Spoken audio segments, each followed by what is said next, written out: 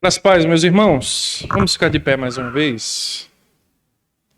Eu sempre fico numa situação difícil, que sempre bota uma pessoa fofinha para preparar a oração, aí eu fico com essa sobrecarga, né? Mas louvado seja Deus, louvo a Deus pelas famílias da nossa igreja. Meus irmãos, vamos abrir nossas Bíblias na primeira carta de Paulo a Timóteo, capítulo 3. Primeira carta de Paulo a Timóteo, capítulo 3, e leremos apenas o verso de número 5.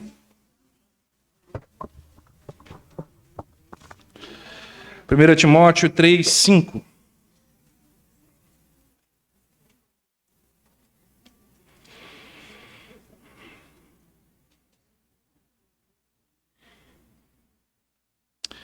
Talvez você estranhe a minha versão, vou ler hoje a versão NVI, tá? Mas o texto é o mesmo. Todos acharam? Amém.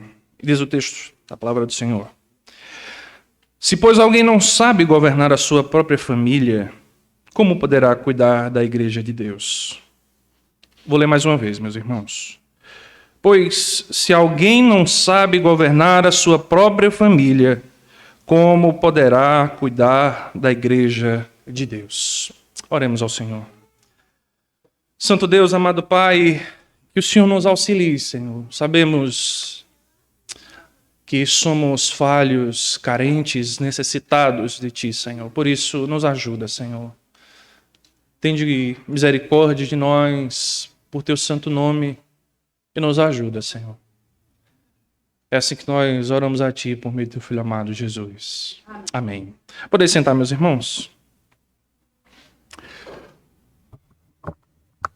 Meus irmãos, de fato, Paulo está tratando aqui não necessariamente sobre famílias. Paulo está aqui dando instruções, dando algumas recomendações, características para aqueles que estavam almejando o episcopado. Mas, meus irmãos, nesse texto há uma verdade ligada, e consecutivamente aqui, que os puritanos compreenderam muito bem, que há uma estrita relação entre o bem-estar da família e o bem-estar da igreja. Os puritanos, eles compreenderam que não há separação entre a família e a igreja. De uma maneira mais simples, se a família vai bem, consecutivamente a igreja irá bem. Se a família vai mal, consecutivamente a igreja irá mal, pois o pensamento puritano é que procede da família, aqueles que preencherão a igreja. E assim também a sociedade. Há um resultado muito claro na concepção puritana de que se as famílias estiverem desordenadas, nós teremos gerações desordenadas. Como eu disse, é uma relação íntima. Comentei isso domingo passado.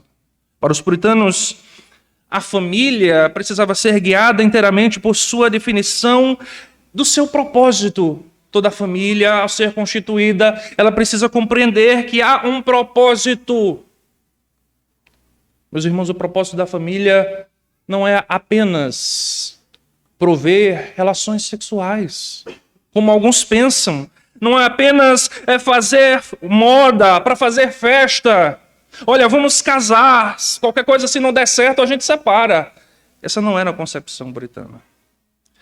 Para os puritanos, a família tinha sua finalidade primeira, de glorificar a Deus. E a partir disso, meus irmãos, eles baseavam todo o aspecto de construção desta família. Isso porque, meus irmãos, eles estavam convictos de que fora Deus que constituíra, que estabelecera a família. Nas palavras de William Perkins, o casamento foi feito pelo próprio Deus para ser uma fonte de toda sorte e tipos de vida na comunidade e na igreja. Foi Deus que instituiu este projeto para a sua própria glória. Esse é o propósito primeiro. E alguém pode se perguntar, mas pastor, qual a importância de nós entendermos isso? Qual a importância de entendermos que a família é para a glória de Deus?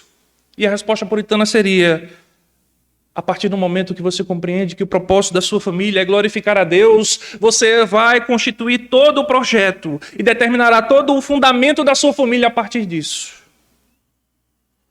Você conduzirá a sua família numa direção espiritual e não meramente material, e não pelo ganho, e não pela constituição, mas para a glória de Deus, para o reino de Deus.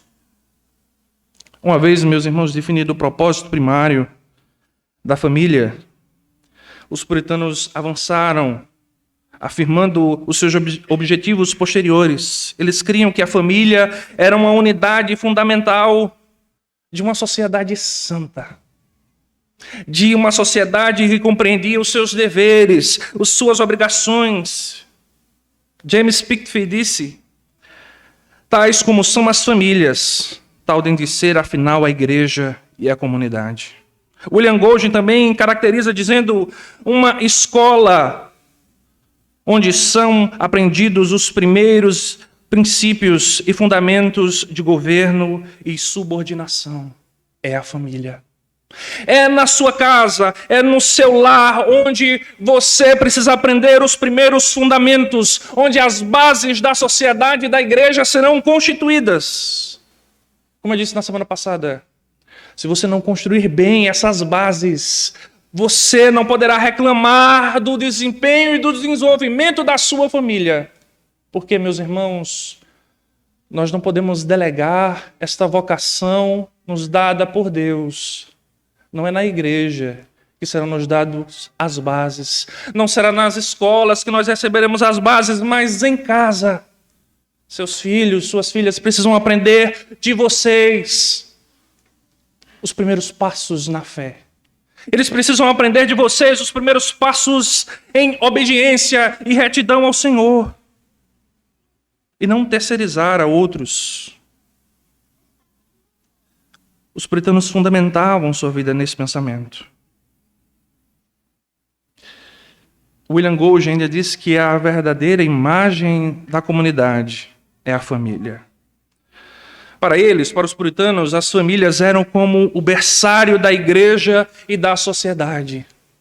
Meus irmãos, e se nós compreendermos isso, que nós estamos criando filhos e filhas, não só para serem membros de igrejas, mas para, de fato, meus irmãos, serem responsáveis pela mudança neste mundo, pregando o evangelho, servindo ao Senhor nas suas vocações, nos seus trabalhos, como bons cidadãos.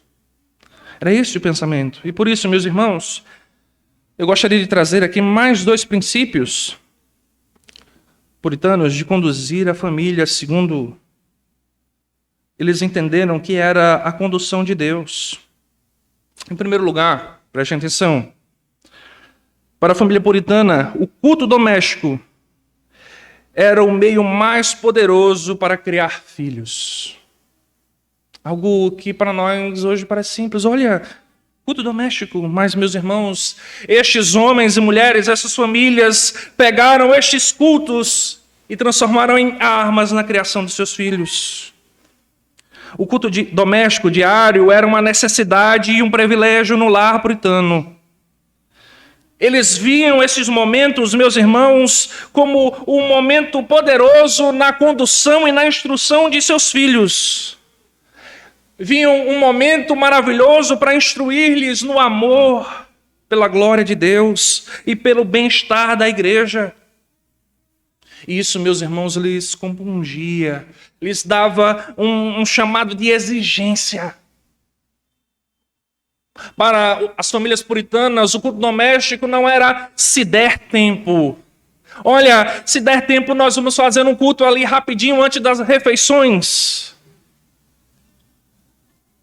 Para a família puritana, o culto doméstico era algo primordial, era urgente.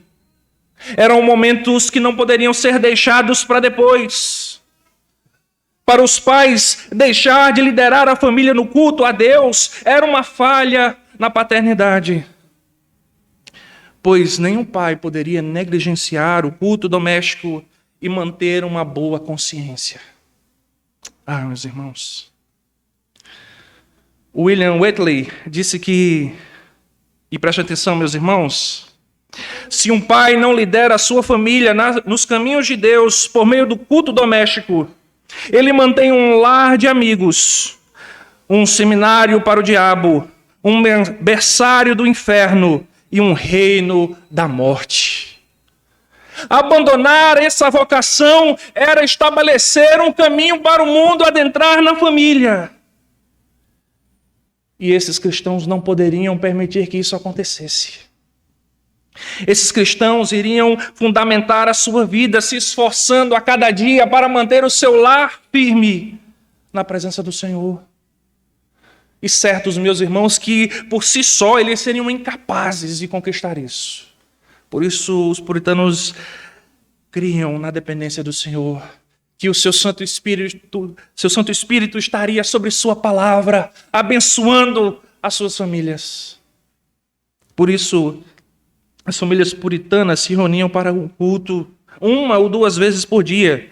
E, obviamente, meus irmãos, isso é uma permissão do seu tempo. Eles cultuavam a Deus quantas vezes fossem necessárias. E esses cultos domésticos puritanos incluíam alguns elementos que nós conhecemos, muito parecidos com a nossa liturgia. Nesses cultos havia oração. A oração no lar era tanto uma obrigação como um privilégio da família. Os pais puritanos oravam normalmente de 5 a 10 minutos, almejando a simplicidade, sem serem superficiais. Empenhavam-se por glorificar a Deus em suas orações, enquanto eram específicos em suas petições. Senhor, cuida da minha família. Senhor, abençoe os meus filhos para que eles não se desviem do santo caminho. Nas suas orações simples e de contrição, eles confessavam os pecados da família e pediam misericórdia. Ofereciam ações de graças pela família. Suas orações, que eram naturais, mas solenes, consistiam, meus irmãos, em simplesmente apresentar a palavra de Deus de volta para ele. Senhor, faça-se a tua vontade, cumpra-se o teu querer em nossa família. Senhor, que o teu nome seja glorificado no meio deste pequeno povo. Esse era o desejo dessas famílias. Havia também, meus irmãos, obviamente, leitura bíblica. Isso era feito habitualmente pelo pai. O pai tem uma posição firme nestes cultos, de liderança, de autoridade. Era ele que tomava a palavra e a lia diante da sua família. Embora algumas vezes era possível delegá-las a outros que soubessem ler da família. A família lia diretamente na Bíblia, movidos pela convicção de que Deus havia dado toda a Bíblia para que o crente se tornasse completo. Eles criam, meus irmãos, que ler a Bíblia era algo tão particular e tão parte do desenvolvimento de todo ser. Assim como é parte respirar. Você precisa respirar. Você precisa se alimentar. Então, para você se desenvolver, para você se tornar um ser completo, você também precisa fazer o quê? Ler a palavra. Ah, meus irmãos, que pena que nós não entendemos assim. Em ocasiões especiais, o pai escolhia textos específicos, em momentos de ceia, em momentos solenes, em momentos de semanas de oração e jejum. E eles se deleitavam ao ler a palavra de Deus. Em terceiro lugar, meus irmãos, havia também instrução proveniente das Escrituras. Os puritanos observavam aquilo que liam, observavam as instruções como parte essencial da vida cristã. Os puritanos acreditavam que o pai deveria interagir diretamente com a sua família a respeito das verdades sagradas, através de perguntas e respostas. Ao ler a Bíblia, o pai começava a questionar: olha, você compreendeu isso aqui? Você entendeu o que está sendo dito aqui sobre essas verdades? E através disso o pai iria ensinando. E os pais deveriam fazer esses exercícios culto após culto, com diligência e paixão. Não como mera obrigação, como mera tarefa, mas com a esperança de ver os resultados, os frutos em sua família. Ao liderar o tempo de devoções, o pai tinha como alvo permanecer puro na doutrina, relevante, ser também um exemplo. O pai não poderia ensinar as doutrinas estando em pecado. O pai não poderia ser uma pedra de tropeço para os seus filhos, assim também como para sua esposa. Por isso, ele deveria aplicar essas instruções com amor, com atitudes afáveis, com carinho. Ele fazia perguntas e estimulava as respostas. Ele procurava compreender se de fato o filho estava dando respostas prontas ou de fato havia absorvido todo o conteúdo. Bayfield disse que há 8 temas importantes e apropriados para que o pai ou para que a família instrua nos seus cultos. O temor de Deus deve ser ensinado. O significado dos sacramentos, a lei de Deus, a consideração dos juízos de Deus, as grandes obras de Deus em favor de seu povo, como esperar em Deus. Meus irmãos, deixa eu dar uma pausa aqui. Você tem instruído os seus filhos na palavra do Senhor? Buscado perceber que há temas importantes que precisam ser tocados acerca da palavra de Deus? Deixa eu ser mais particular. Quando os nossos cultos terminam, quando a palavra é exposta, você já continuou o culto na sua casa? Procurando saber se os seus filhos, se a sua esposa entendeu tudo o que foi pregado? Era isso que os puritanos faziam. Após cada mensagem exposta, os puritanos faziam anotações. E essas anotações serviam para que depois eles pudessem explicar melhor alguma dúvida que houvesse em casa. Muitas vezes, meus irmãos, nós temos deixado que os nossos filhos façam a mesma coisa que nós fazemos. Apenas cumpram rituais. Mas não transformem esta ambiência, este momento, em um momento que completa aquilo que já estava sendo feito durante toda a semana. Para os puritanos, o culto não era apenas mais um momento onde ele, afinal, depois de uma semana corrida, de uma semana cheia de trabalhos, cansado, finalmente ele iria ali se despir dos seus pecados, confessar ali no culto dominical, naquele momento de contrição, que às vezes é o único momento que nós temos de confessar os nossos pecados, como se não houvesse outros. Para o puritano, era mais um momento de estar em comunhão com a sua família e com outras famílias, continuando um culto que já havia acontecido durante toda a semana, durante toda a vida. Nesses cultos, meus irmãos, também havia um louvor por meio de canto. O Philip Henry, que é pai de um comentarista conhecido chamado Matthew Henry, disse, meus irmãos, que lá no Salmo 118, verso 15, que diz, prestem atenção, nas tendas dos justos há voz de júbilo e de salvação. E o Filipe disse que se referia ao cantar diário nas tendas das famílias israelitas. E argumentou que o som de júbilo e de salvação deveria ressoar nos lares puritanos através do canto diário. Meus irmãos, louvar a Deus não é restringir a um momento de cânticos. Louvar a Deus é uma extensão de toda a nossa gratificação e glorificação a Deus. Era esse o pensamento puritano.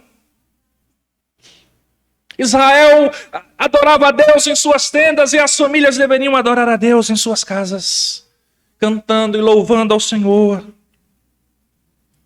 E nesse canto diário, meus irmãos, Deus é glorificado, as famílias são edificadas. Durante o louvor em seus lares era promovido a devoção, enquanto a mente era instruída e o coração aquecido. Nós não louvamos a Deus apenas de forma mecânica, repetindo aquilo que os irmãos aqui estão fazendo. Nós louvamos a Deus com convicção daquilo que nós estamos dizendo para Ele. Nós estamos entendendo tudo aquilo que está sendo dito. E enquanto nós glorificamos a Deus, nós estamos também sendo abençoados.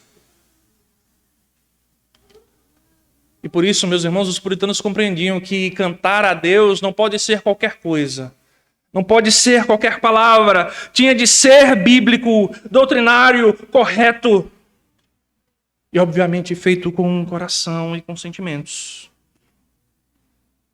E, meus irmãos, vejam que essa liturgia puritana era bem simples. Oração, leitura bíblica, ensino e louvor.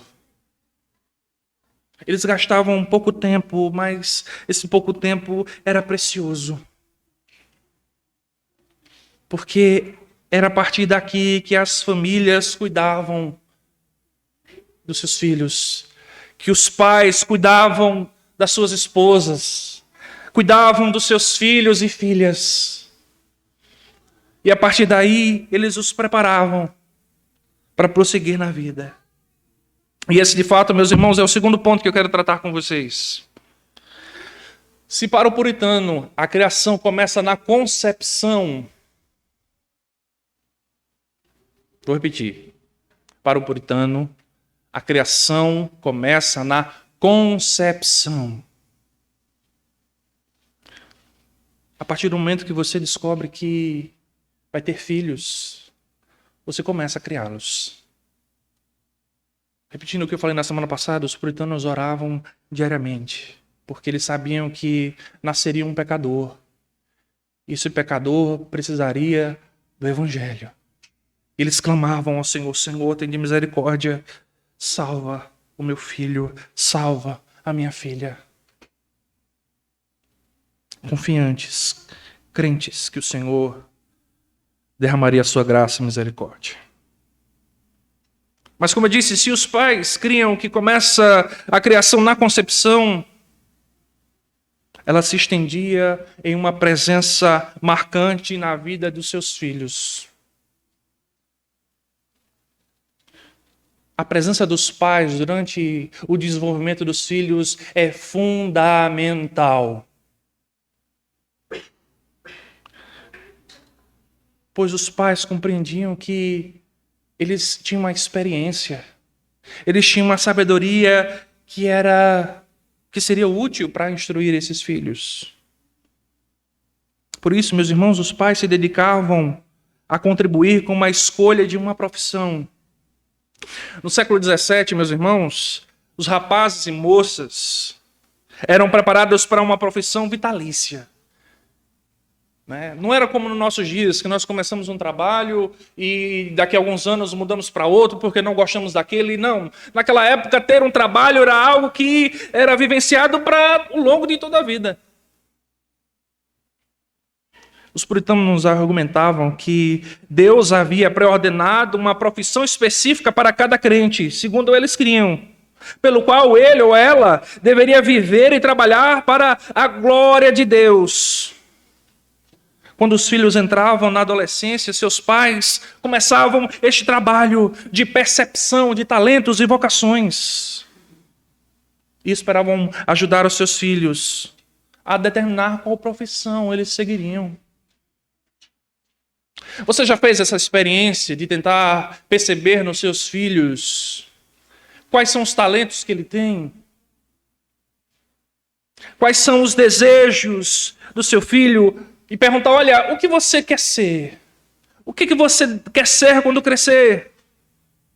E ajudar o seu filho a prosseguir nesse caminho, o estimulando, o ajudando, ou a seguir para outro. fazendo-o perceber que, de fato, ele possui mais aptidões para uma área do que para outra.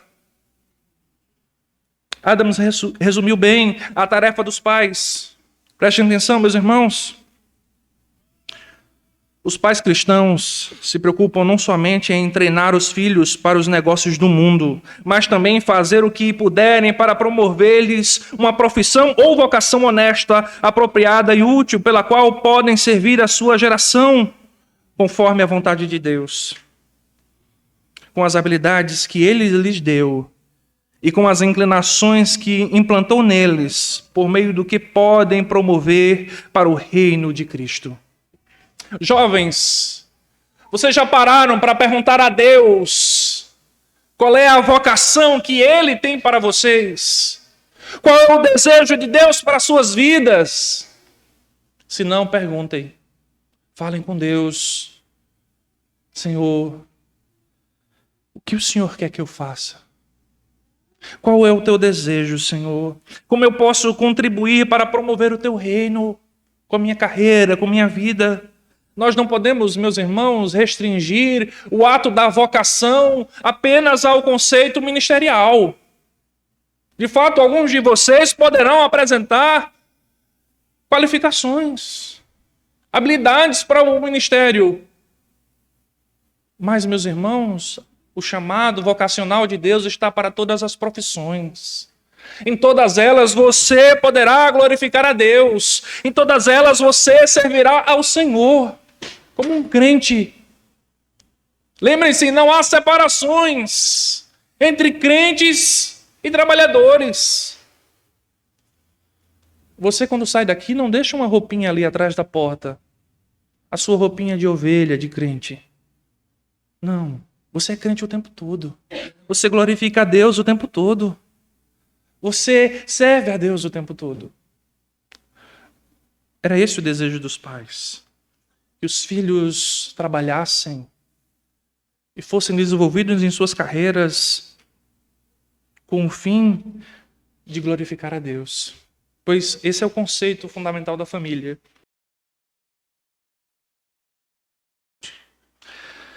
De modo semelhante, os pais cristãos deveriam ajudar os filhos a escolherem um companheiro ou companheira adequados para a sua vida. E aqui está um ponto bem difícil. Mas os pais puritanos acreditavam que eles deveriam sim se envolver na escolha dos seus filhos, não só para a carreira, mas também para o relacionamento sentimental. Se você, pai e mãe, quando vê seus filhos se relacionando, diz: o importante é que eles estejam felizes. Você está errado. Você está errada. Você precisa se envolver sim. Veja, meus irmãos, ao pensamento puritano. Os puritanos desenvolveram critérios pessoais. Desenvolveram pontos que, para eles, o cônjuge deveria passar por eles. Ele deveria ter os elementos. Primeiro deles, os pais puritanos pensavam: o futuro cônjuge andaria com seu filho ou filha com sabedoria e verdadeira piedade no casamento. Essas qualidades eram necessárias para que o casamento acontecesse no Senhor. Vocês pais que os seus filhos já namoram, esses namorados e namoradas andam com seus filhos em obediência ao Senhor? Procure saber. Segundo, meus irmãos, os pais faziam as seguintes perguntas. O futuro cônjuge satisfazia a descrição bíblica de como deve ser um companheiro matrimonial? O futuro marido ou esposa possuía habilidades de boa educação? O marido ou futuro marido possuía habilidades de boa liderança? Um comportamento amável? A futura esposa mostrava submissão e respeito aos seus próprios pais?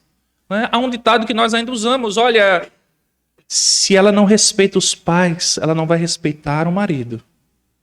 Isso é verdade. Se o namorado já demonstra irresponsabilidade e falta de liderança em conduzir a namorada para a glória de Deus, ele não fará isso no casamento.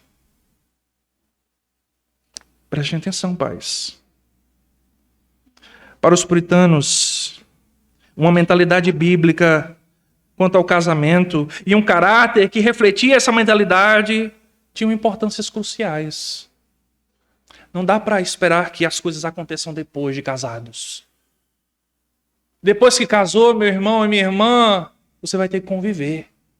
Você precisa observar esses pontos agora. Isso era o que pensavam os puritanos. Para eles, esses cônjuges deveriam satisfazer as descrições bíblicas. Em terceiro lugar, os puritanos se perguntavam: o futuro cônjuge era maduro e estava corretamente motivado para entrar no casamento? Olha, meu filho, você quer casar? Ô, minha filha, você tem pensamentos para o matrimônio ou você só quer aqui ficar brincando com meu filho e minha filha?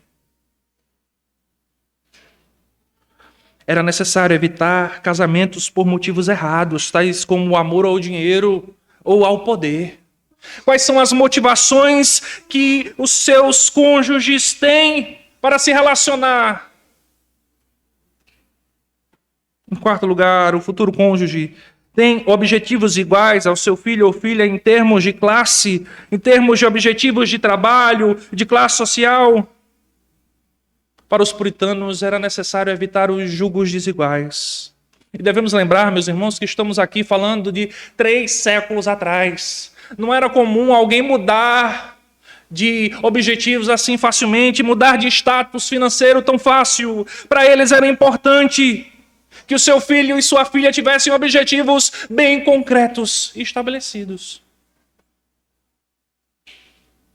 Hoje as pessoas têm as suas mentes muito voláteis, facilmente modificadas. Hoje você está seguindo uma carreira, mas você pode abandoná-la e começar um novo projeto. Isso não era assim há 3 séculos atrás. O aspecto social e cultural dessas pessoas, desse tempo, eram diferentes.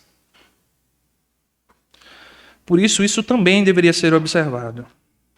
Em quinto, o futuro cônjuge era de algum modo atraente aos olhos de seu filho? Sim, meus irmãos, os puritanos também pensavam no aspecto romântico da coisa. Os puritanos julgavam dever haver pelo menos alguma chama romântica acesa inicialmente. Embora que muitos dos romances, criam eles, se desenvolveria ao longo do casamento. E observem, meus irmãos, para os puritanos, a aparência está em último lugar. Está em último. É o menos importante na questão com qual se preocupar. Os casamentos eram edificados mais sobre o caráter do que sobre a aparência. Você jovem, você adolescente, menino e menina, quando pensar em se relacionar, se preocupe primeiro com o caráter, para depois pensar na aparência.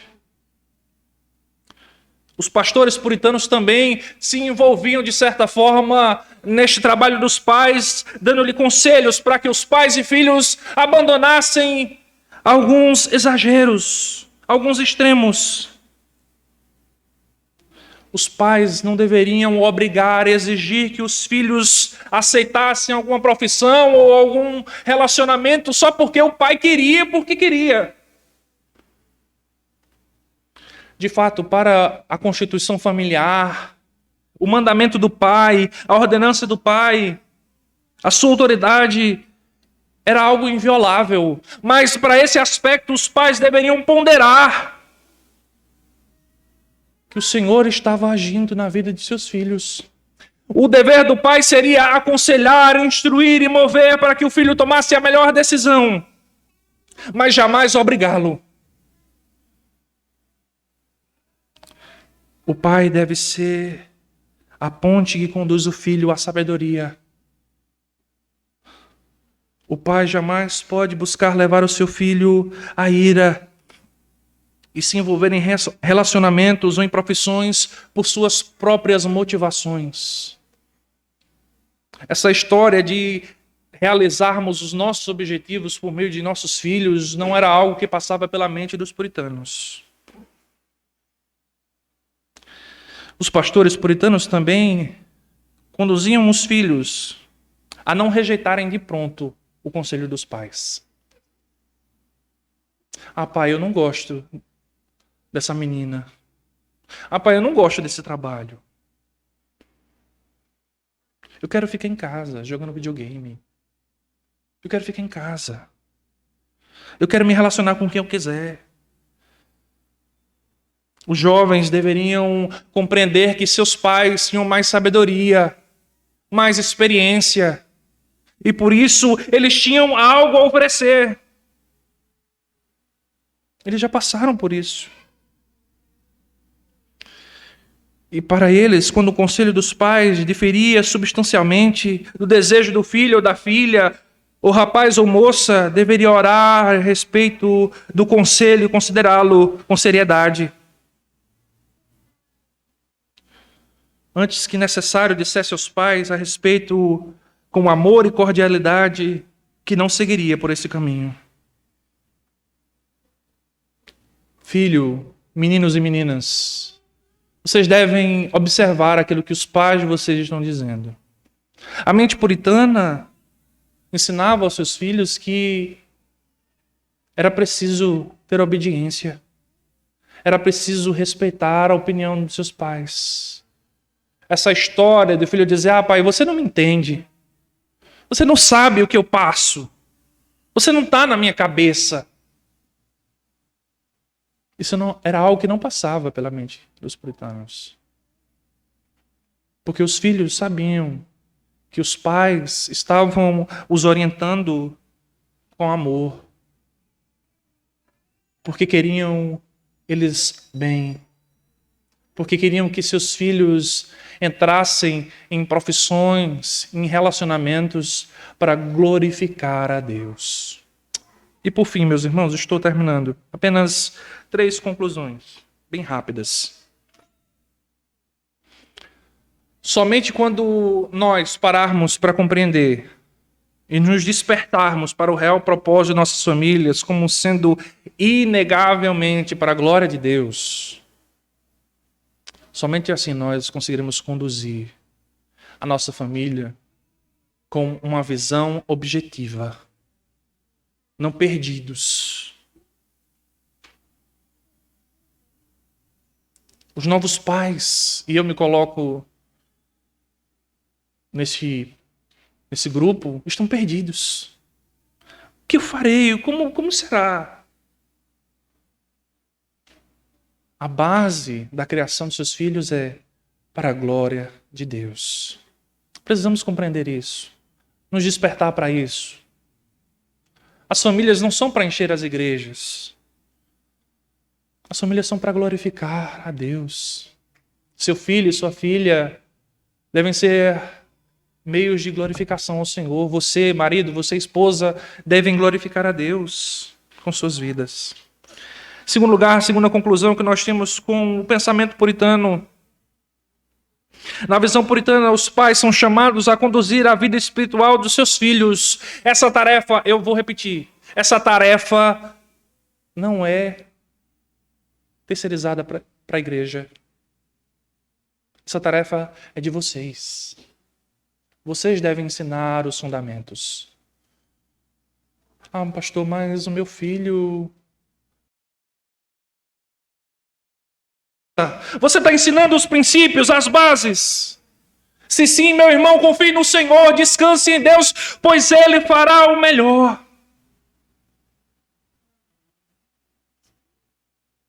Não dá para você reclamar sem ter ensinado, sem ter entendido o que você foi chamado para ensinar. Ah, pastor, as escolas só ensinam ideologias. Mas você está preparando o seu filho para enfrentar essas ideologias? Você está ensinando ele em casa, dando as bases, os princípios, as armas, para que ele chegue lá diante daquele professor ou professora fascista, comunista, petista, seja lá o isto que ele for, e dizer: eu não creio assim. A palavra de Deus não me ensina dessa forma. Ou você está deixando ele ir sozinho, desarmado. Ah, meus irmãos, eles certamente perderão essa batalha.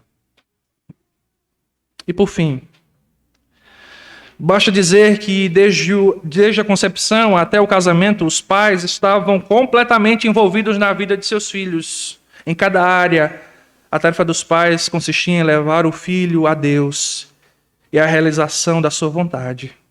Os pais puritanos esperavam em oração a bênção de Deus sobre seus esforços. A partir daí, o processo se conduziria até um matrimônio. Vejam, a criação começa na concepção e do pai leva até o altar. A partir daí, o processo se reinicia, com a nova família sendo formada. Pai, mãe, se envolvam com a vida de seus filhos. Não basta só reclamar, não basta só dizer o que deve ou não deve fazer, mas se envolva.